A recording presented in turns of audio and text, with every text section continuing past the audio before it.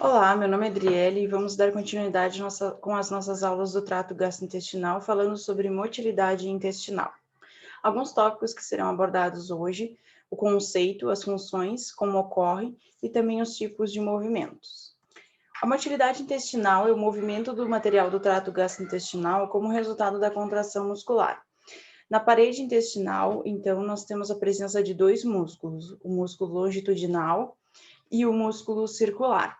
Esses músculos, então, conforme a contração e relaxamento, né, eles vão alterar o diâmetro da parede intestinal e também alterar o segmento.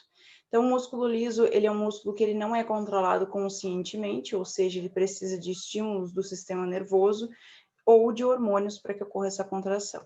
Então, e como ocorre isso, né? Além da presença desses dois tipos de músculo, nós temos também no intestino a presença de junções intercomunicantes, né? Que fazem essa intercomunicação entre as células, fazendo então com que os estímulos passem de uma célula para outra e fazendo com que o músculo liso se contraia de uma maneira síncrona. Também tem a presença das células de Cajal, que são células diferenciadas e que elas atuam como um marca-passo, né? Cuidando, na verdade, regulando a frequência das ondas lentas, que nós vamos falar mais adiante. Então, essas células, elas são capazes de gerar e transmitir essas ondas lentas que vão ser importantes para que ocorra a contração celular. E elas regulam isso, essa frequência, como um marca-passo.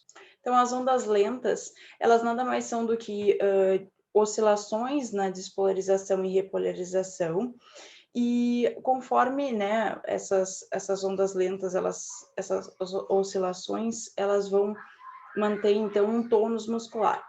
A partir do momento em que se tem essa onda lenta atinge o limiar, é possível que se tenha o potencial de ação. E a partir desse potencial de ação que vai ocorrer a contração muscular propriamente dita. Então, a frequência desse potencial de ação, ela é diretamente proporcional à força e à duração da contração muscular. O ritmo de contração do odeno é de cerca de 12 contrações por minuto e no ilho, já no ilho, de 8 a 9 por minuto. A função, então, dessa motilidade é transportar o alimento da boca até o ânus, bem como misturar ele para que ele possa ser quebrado em partículas menores e, com isso, aumentar a área de superfície para facilitar o trabalho das enzimas digestivas. Os tipos de movimento, né, basicamente são três. Então, o primeiro movimento que nós temos é o complexo motor migratório, que é uma série de contrações que se iniciam no estômago vazio e terminam no intestino grosso. Então, é um tipo de movimento que ocorre no jejum para justamente fazer a limpeza, né? Varrer o restante de bolo alimentar do trato gastrointestinal.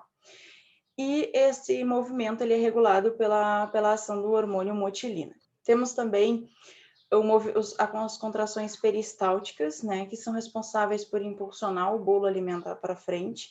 Então, o músculo circular ele vai se contrair, né, ao mesmo tempo que o segmentar, que o longitudinal vai relaxar e com isso, então, vai impulsionando esse bolo alimentar para frente. As contrações segmentares, então, nosso terceiro movimento, essas contrações, elas são responsáveis, na verdade, são as maiores responsáveis pela mistura do bolo alimentar.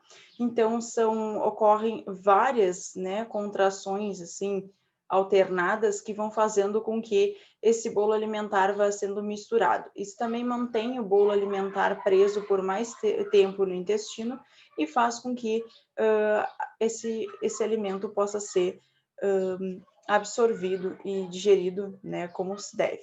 Então, nós temos ao longo do trato gastrointestinal, né, essas contrações de segmentação que vão fazer essa propulsão, essa mistura do alimento.